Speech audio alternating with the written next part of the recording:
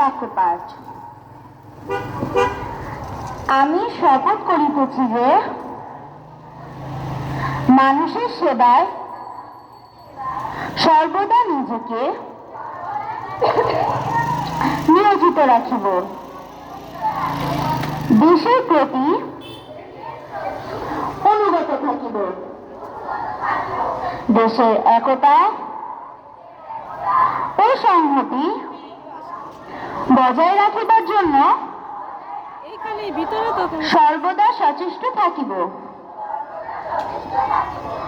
অন্যায় ও দুর্নীতি করিব না এবং অন্যায় ও দুর্নীতিকে